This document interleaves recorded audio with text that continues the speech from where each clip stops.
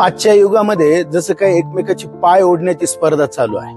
कुणी एखादा पुढे जात असेल तर लगेच दुसरा त्याचा पाय ओढतो आणि त्याला खाली पाडण्याचा प्रयत्न करतो. बायबलमध्ये निर्गम याचा 17वा अध्याय आणि याच्या 10व्या वचनापासून पुढं आम्हाला पाहायला मिळतं की ज्या वेळेला इस्रायल लोक अमेरिकेशी लढत होते त्यावेळेला मोशे ज्या वेळेला आपला हात उंच करीत असे त्या वेळेला इस्रायल लोक जिंकत होते. आणि म्हणून आरोन आणि हूर हे त्याच्या हाताला टेकन देऊन त्याचे हात उंच करण्याकरिता प्रयत्न करत होते, कारण त्याद्वारे आपल्या लोकांची जीत होत होती किंवा आपल्या लोकांचा विजय होत होता.